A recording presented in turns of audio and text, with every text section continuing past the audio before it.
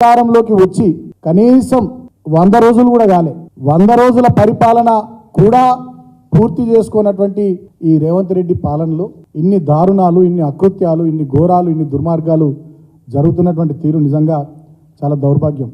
ఇవాళ ఈ నయా దేశ్ముఖ్ రేవంత్ రెడ్డి పాలనలో మొత్తం రాష్ట్ర వ్యాప్తంగా ఎస్సీ బీసీల మీద విపరీతమైన దాడులు జరుగుతూ ఉన్నాయి.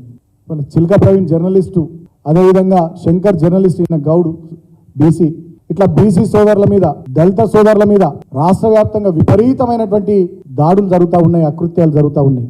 ఎస్సీ ఎస్టీ బీసీ గురుకులాల్లో ఎస్సీ బీసీ అమ్మాయిలు ఆత్మహత్యలు చేసుకుంటా ఉన్నారు. ఈ నయా దేశ్ముఖ్ పరిపాలనలో ఆటో డ్రైవర్లు ఆత్మహత్యలు చేసుకుంటా ఉన్నారు, అన్నదాతలు రైతన్నలు ఆత్మహత్యలు చేసుకుంటా ఉన్నారు. ఈ నయా దేశ్ముఖ్ పరిపాలనలో ఇవాళ తెలంగాణలో బడుగు బలహీన వర్గాల పరిస్థితి, దళిత గిరిజన వర్గాల పరిస్థితి అగమ్య గోచరంగా తయారైంది.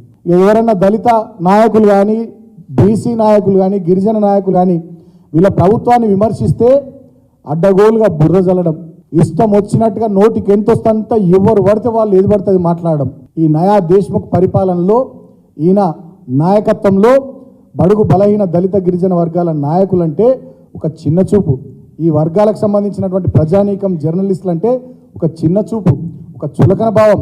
ఆనాడు విష్ణూర్ రామచంద్రారెడ్డి, ఎర్రపాడు ప్రతాప్ రెడ్డి లాంటి దేశ్ముఖులు ఏ రకంగానైతే దళిత బలహీన వర్గాల పట్ల వ్యవహారం చేసినారో అదేవిధంగా ఈ నయా దేశ్ముఖ్ రేవంత్ రెడ్డి పరిపాలనలో ఇవాళ కూడా బడుగు బలహీన దళిత గిరిజన వర్గాల పరిస్థితి ఘోరంగా తయారైంది. కాబట్టి నేను ఇప్పటికైనా ఈ ప్రభుత్వాన్ని కోరుతా ఉన్నా, ఈ పద్ధతులు మానుకోండి, ఈ రాచరికపు పద్ధతులు, ఈ అణిచివేత ధోరణులు, ఈ అప్రజాస్వామిక విధానాలు విడవండి అని చెప్పి నేను కోరుతా ఉన్నా. ఇది మంచిది కాదు. 10 సంవత్సరాలు మేము కూడా పరిపాలన చేసినాం. మేము ఎన్నడూ ఇటువంటి సంఘటనలు మా హయాంలో చేయలేదు, మేము ఎన్నడూ ఇటువంటి చర్యలకు పాల్పడలేదు. ఎంతసేపటికి ప్రజలు, సంక్షేమం, రాష్ట్రం అభివృద్ధి ఈ కోవలోనే మేము ముందుకు సాగినాం తప్ప ఇష్టం వచ్చినట్టుగా ఎన్నడూ ఇలాంటి పిచ్చి పిచ్చి పనులు మేము చేయలేదు.